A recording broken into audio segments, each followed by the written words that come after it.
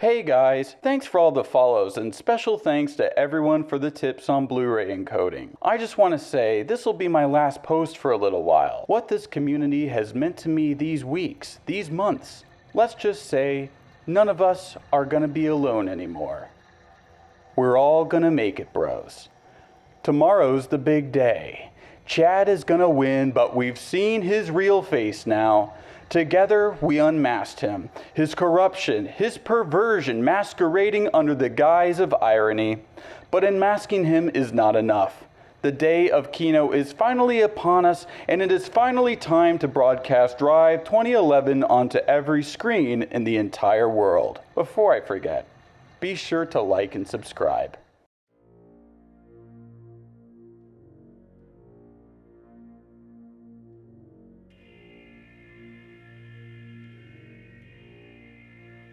Why do superheroes, and supervillains for that matter, wear masks? To hide their identities? To protect their personal lives, their friends, and their family members? Are their masks alternate personalities, characters they become to put themselves in the proper mind space to do what they think must be done? Or do their masks represent their real selves? Maybe, without their masks, they're merely hollow husks of humans, uncomfortable in their nakedness. The anonymity and the symbology of their costumes unlocks their true self, divorced from any kind of societal norm or tie to their normal identity. By cloaking their bodies, they reveal their spirits. Such is the case in Matt Reeves' The Batman. It's an apt name for the first film in what will probably end up being a series of movies about a young Bruce Wayne. Going off this first film though, it's way more about the Batman than it is about Bruce. Reeves opens the film on Halloween. We see crowds of people in various costumes and masks. Immediately, he establishes an idea that he will explore with several major characters in the film, the juxtaposition of the real self and the masked self. We hardly see Bruce in this film, and when we do, he's pallid, socially awkward, obsessive, and a hermit. If he wasn't beating up bad guys at night, you might mistake him for a gamer or a YouTuber. He doesn't care about his family's company. He doesn't care about putting on appearances or living the life of a rich playboy. The only thing he cares about is being the Batman. Just look at his body language when he's out and about as Bruce. He keeps his eyes downcast, he's hunched a bit, and he puts out a vibe that suggests he doesn't want to be noticed, talked to, or anything. He's like some alien or a vampire trying to go unnoticed in the daylight. Now, when he's Batman, or Vengeance as a lot of people call him here, I don't really know what he goes by, but I guess that's normal for a dude just starting off a career of beating up the mentally ill. Takes time to get the branding right, I get it. But when he's Batman, he stands up straight and just dominates every space he's in. If you think about it, it's like how people are way more brash, extreme, domineering, and violent on the internet than they typically are in real life. Just as Bruce Wayne won't beat strangers' faces to a pulp without his mask, 4chaners won't call anybody and everybody slurs without their anonymity. That's not to say the urge isn't there, but the fallout and scandal outweighs whatever rewards there might be.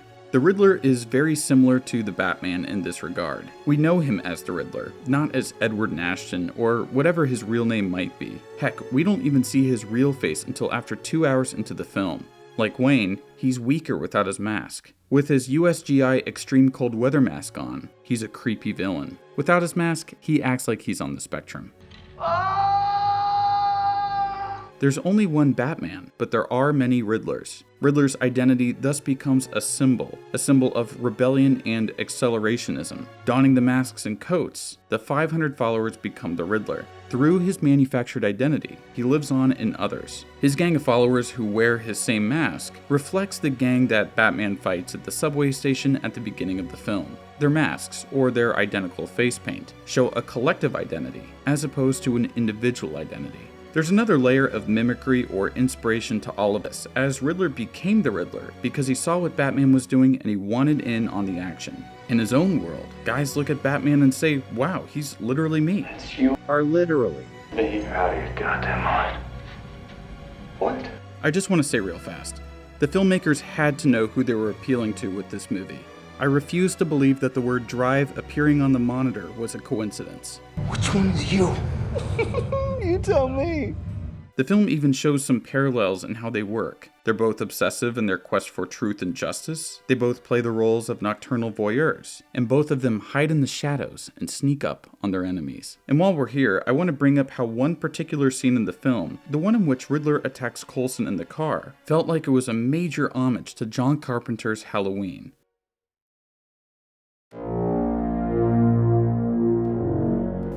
Well, it's time to watch Taxi Driver for the 30th time this month.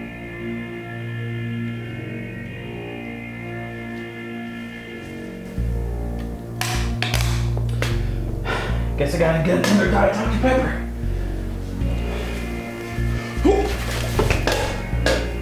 Piracy! Stop! Victimless crime! Okay, where were we? Oh yeah, Batman and Riddler are foils. They're two sides of the same coin. And what do both of them want? Justice. Maybe even more than identity. The Batman explores what it means to bring about justice. What kind of justice is just? Who are we to designate ourselves the arbiters of justice? Is there a point in society in which the best, most just thing to do is to burn it all to the ground? The Riddler and his followers think so. It's a logical conclusion. In the Batman, there isn't really one definitive bad guy. The city itself is bad. Layers upon layers of corruption infest Gotham. At this point, the rampant corruption is a key part of the city's identity. Ripping out the tumor of corruption might kill the whole body. Edward Nashton, like many other cinematic Batman villains, sees the life cycles of societies through a sort of Spenglerian point of view. That is to say, cyclical or seasonal. Gotham is in the age of decadence. It's a once great society in decline. Riddler witnesses its decay. He dedicates his life to uncovering the evils that destroyed the city he once loved, or maybe still loves. But upon realizing how deep the roots of evil have grown, he sets out on a mission to avenge the city and help to make it start anew. But at what cost?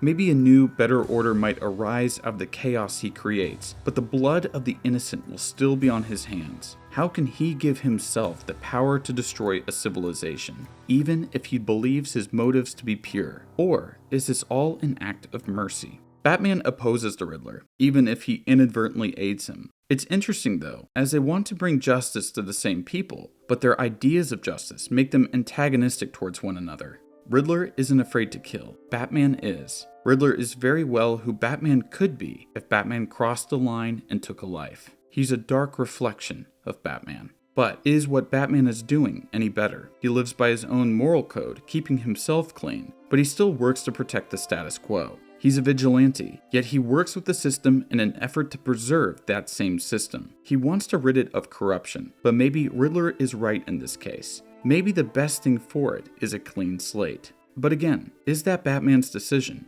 Is the most moral thing to do to just let larger forces at play do their work? But if no one does anything to destroy or save Gotham, then who will? It's a tricky ethical quandary. Nevertheless, if we're to view their relationship as a sort of dialectic between different views of justice, with Batman being the thesis and Riddler being the antithesis, then the synthesis is actually worse than what either of them wanted.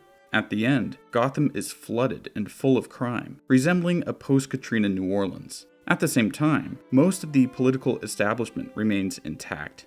The film tries to paint Rial as a new mayor who can usher in hope for the future, but the whole rotten establishment is still there. Even if she is a good politician, she's still just one person. Batman's Pyrrhic victory puts his whole persona in perspective. In the 2 years during which he donned the cape, he ruled the streets through fear. Fear of the shadows. Fear of him. He wasn't acting out of a righteous love for justice. He was lashing out at the criminal element of the city, an element that he blamed for the death of his parents and his lost childhood. But with Falcone dead and the city underwater, Wayne can think a bit more clearly. Where did he go wrong? How could Riddler think they were friends? Riddler, who grew up as an orphan at an orphanage that was part of the Wayne estate, had a similar childhood to Bruce. They both grew up as orphans, but Edward lived in poverty, while Bruce grew up in riches. Edward resented Bruce and hated Bruce's father even more, seeing him as the genesis of all the problems in Gotham that made his life a living hell. He lived with this bitterness, allowing it to grow inside him. It got to a point where he wanted Bruce to pay for the sins of his father, even if Bruce was innocent in all of this. It's ironic that while he hated Bruce, he idolized Batman. I guess Bruce was both his angel and his devil. So what could have been a quest for pure justice was poisoned by personal grudges. Riddler hated Thomas Wayne and blamed him for everything currently wrong. But as we learned from Alfred, Riddler's mental caricature of Wayne was far from accurate. This, I think, is the core reason that Riddler's actions turned him into a villain, rather than a hero. Looking at him, Batman sees that he's the same way. Maybe he's not the Riddler now, but if he doesn't change his ways, then in a few years, he might be. Maybe if his life growing up wasn't as cushy, if he had to lead a life as hard as Edward's, then he might very well be the one wearing the cold weather mask. I also have to mention Selena Kyle, aka Catwoman. She's the third wheel in this Sigma bromance, but I have to note that she also grew up as an orphan like the two of them, and like Bruce, Falcone had her mother killed. Unlike either of them, she doesn't fight for some vague or theoretical idea of justice. She fights for self-gain, but uses ideas of class struggle as sort of post-hoc justifications for her criminal actions. Even though she helps Batman considerably, and she is generally a good guy in the movie, and she also fights Falcone to avenge her mom, just like Batman, her more materialistic motivations make her far less interesting than either Batman or Riddler. Bruce, however, sees how easily Selena can fall into villainy, probably because he sees the potential in himself, and he recognizes that Selena is already more morally flexible than he is, and so he makes attempts to try to steer her away from making bad life-changing decisions. He chastises her for stealing from the Penguin, and he stops her from killing Falcone and the other guys she had tied up, reminding her that by killing them, she would bring extra torment and suffering upon herself. But I couldn't help but think of that one scene from Darkman, when Batman and Catwoman had that dirty cop hanging off the side of the building. Dropping me! It's not really an option for you! It's not something you can live with! I'm glad that Batman chose to reject her at the end and continue his life of solitude. It's actually kind of funny how the movie teases us with the romance subplot between the two of them, and then he's just sort of like, yeah, no, at the end. Based. I mean, according to the movie, the Riddler exists because of Batman. There's personal responsibility on Edward for his actions, I get that, but the ensuing mess at the end of the movie is also a result of Batman's reckless behavior. That's when he realizes that if he truly wants to save the city, that he needs to act like a hero and not like a vigilante. That is, if the city is even worth saving. Riddle me this, Batman. In this current year, why must a film noir about government corruption be packaged as cape shit? Why can't we get a story like this that's not linked to any famous IPs? Are audiences stupid, or do studios have no faith in their original scripts? This movie could have been great, but you, Warner Brothers, had to shackle it with its branding and force it to be PG-13. Cinema needs to die, so that it can start anew.